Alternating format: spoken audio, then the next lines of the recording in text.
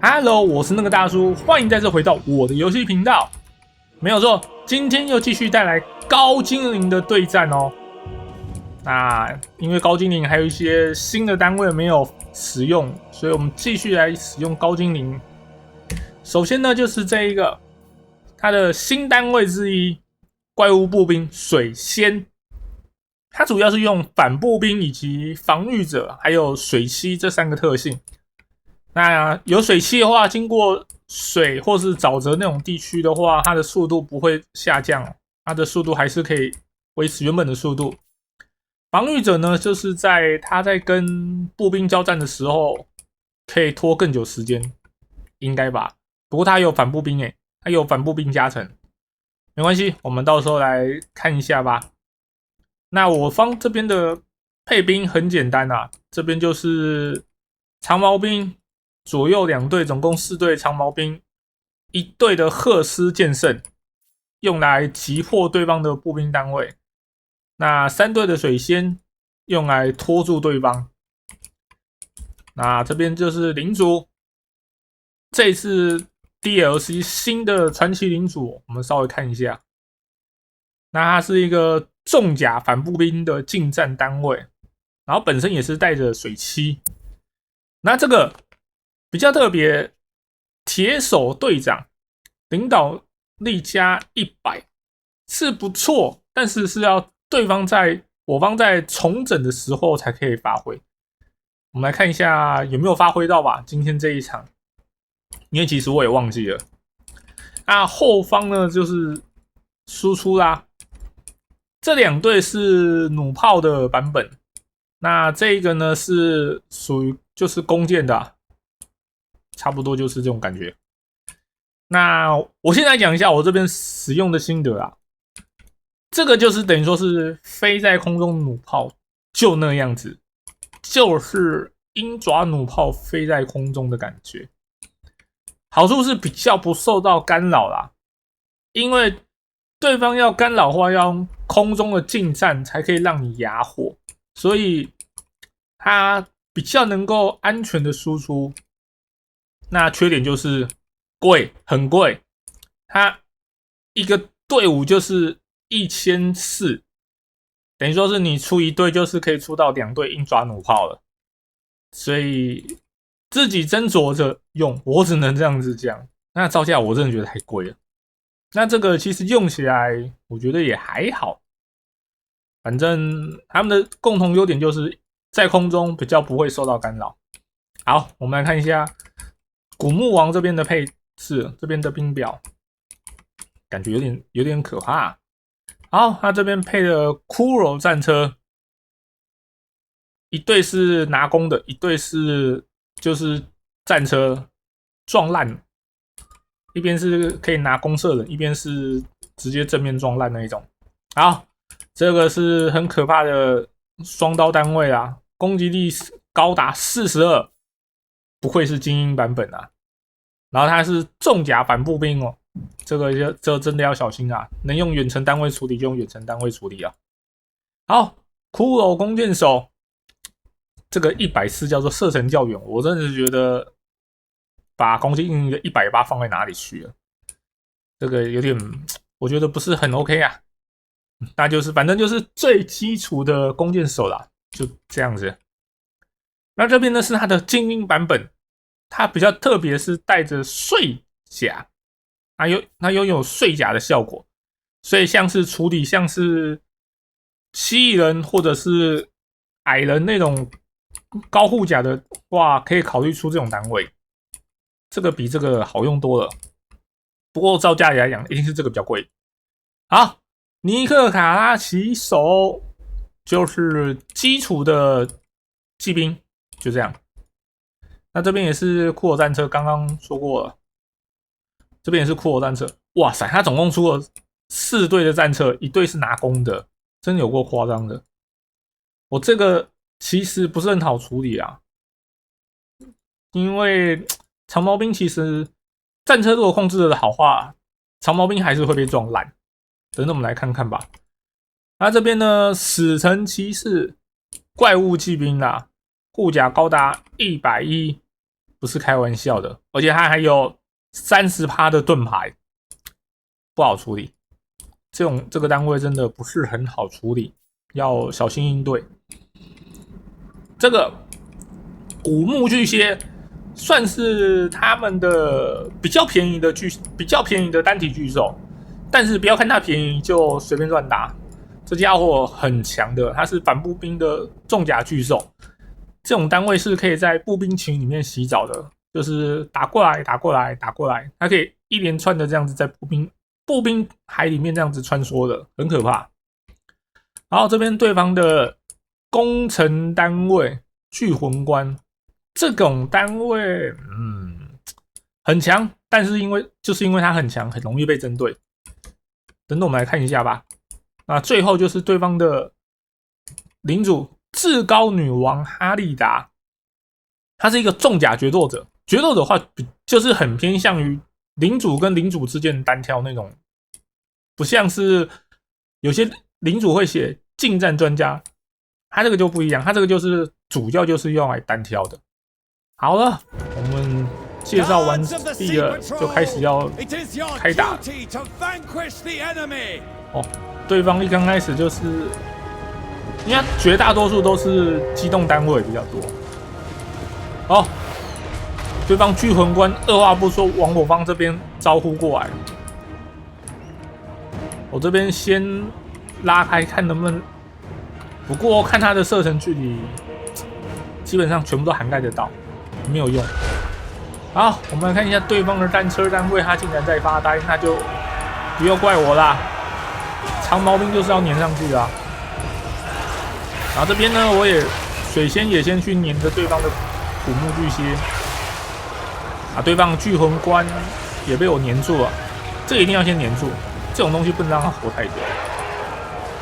稍微放慢速度看一下，他射几发弹药？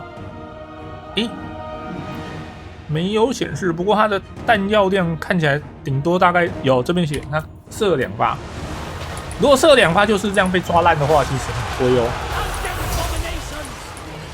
那正面呢，就是很混乱啦，因为主要是我方这边虽然说有长毛兵，但是要打巨蟹还是很辛苦。那这边就是尽可能的先围住，让水仙这边围起来，把对方的一些部队缠住，不要让他们那么好发挥。那最后我这边呢是安排他们在后面不断的射击。果然射击的命中有点欠佳，坦白讲，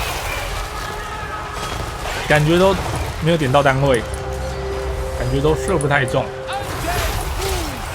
而且有几发打在树上面，我当时应该是没有注意到。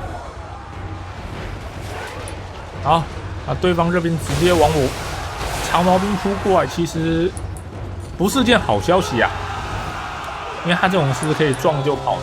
我长毛兵这个很危险，这个时候主要应该是我应该在操纵这些远程单位，所以没有去注意到。好，对方战车这个6个模组这样撞来撞去，真的不是开玩笑的。好，这边依旧是非常的混乱哦，不过其实已经消减掉对方非常多的那个路面单位了，坦白讲，而且对方弓箭手弹药几乎是全满，等于说他是几乎没做事，而且巨魂官也消失了，巨魂官也顺利抓掉了，所以前面的这样子战损来讲，算还可以接受，但是我方后面的远程的命中我觉得欠佳，不知道是不是因为他在空中的关系，所以命中很差，那感觉常常点不到我要的东西。因为我记得我在点，我们看一下，在点女王，对啊，可是看着女王这个血量，我觉得感觉炮都没射到，而且它有骑乘东西，所以它的比较不容易被围住。最容易被围住是步行的领主，像我这种就很容易被那种部队围住，然后无法脱困。哇哦，刚好看到他把一个那个战车给击毁。那其次不容易被围住的就是像这种有骑乘东西的。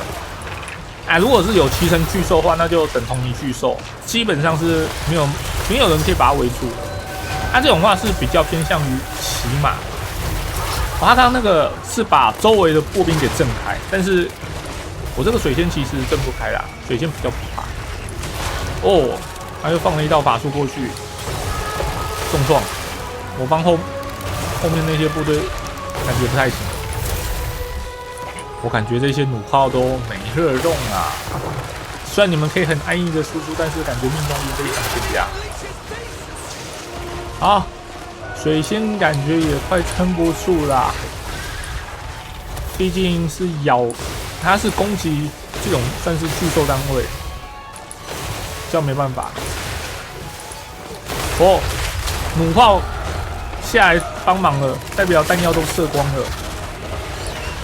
那就只能靠着这个鸟在咬了。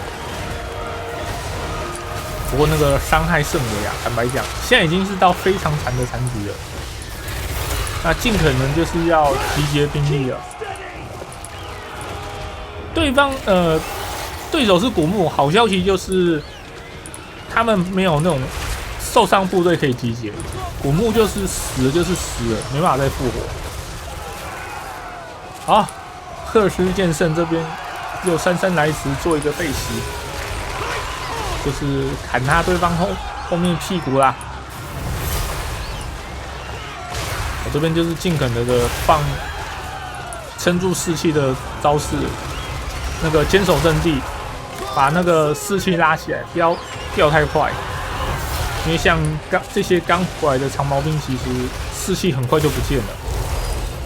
剑圣又被抓，这个应该会不见。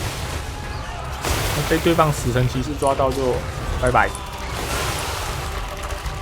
其实像古墓巨蟹，我基本上到这个状况，我应该也差不多要没了。古墓巨蟹血量还这么多，而且我剩下单位没有反大的，剩长毛兵这种血量太少，模组太少，基本上不可能。但是呢，我方还有个好处就是，这几个空军单位血量非常健康，算是唯一还能一搏的可能性，就是靠空中这几只鸟了。那这些长毛兵什么就是加减能戳多少算多少。好，现在是每个回归单位都很重要，能回归就是要想办法让他们回归下来。其实正常来讲的话，如果我是古墓，我会把死神骑士去驱赶对方，因为巨蟹其实血量还算是非常健康，它还有50%以上，算非常健康。所以你死神骑士这种机动单位，你要去驱赶对方这些败逃，然后等一下会回归的单位。你要这样反复回归，其实你是一直在受损，非常的危险。尤其古墓这种死了就是死了，不可能没有败逃这种概念的种族，真的很麻烦。你看，现在在围剿对方的领主，只要领主围剿掉的话，对方士气会大减，那我方优势就会很明显。好，这边就是稍微拉开了一点，驱赶对方那些单位啊。我方领主呢我记得血量当时是剩下太少，我不敢随意靠近。对，剩50滴血，可能不小心被摸到一下就飞了，那就换我方士气撑不住。所以这个时候，领主能撑着就尽量撑着。领主只要是在旁边走路也好，反正他就是不要去参战了，然后优先抓对方的领主。我们稍微加速一下吧，因为后面这边就是3只鸟在啄一个领主，想办法把它啄死而已。只要啄死好了，啄死过后，对方的这边士气会减很多，那就会开始烧血。你看，一死对方的士气就整个就下滑了。然后我方这边就慢慢的啄，很快士气啄掉了，那就结束了，那基本上就没了。那剩下就只是加速过场而已。这场打的真的是最后一兵一卒，打古墓这种东西真的是战到最后。那对方的巨魂关一刚开始就被我方的水仙给黏住，完全没有任何发挥。然后对方的骑乘的东西太多了，总共出了4队的战车，然后还有一队死神骑士，然后还有出很基本的尼格卡拉骑手，这边都是机动单位，我方这边很难处理，基本上就是被对方撞烂。那最后也是打得非常勉强，把对方给解决了。我就觉得不知道是我的问题，还是他的射击的命中率真的不是很高。这个弩炮，我感觉好几发射出去什么都没有，全部都是打了个寂寞。不过水仙，我觉得目前来讲，感觉给我来讲，就是他拖住对方能力算不差，就是拖住而已。战斗能力我觉得还好，目前给我的感觉是这样。好，以上就是今天所有影片啦。如果喜欢影片，帮我点个赞，并且分享出去。我是那个大叔，我们下次再见，拜拜。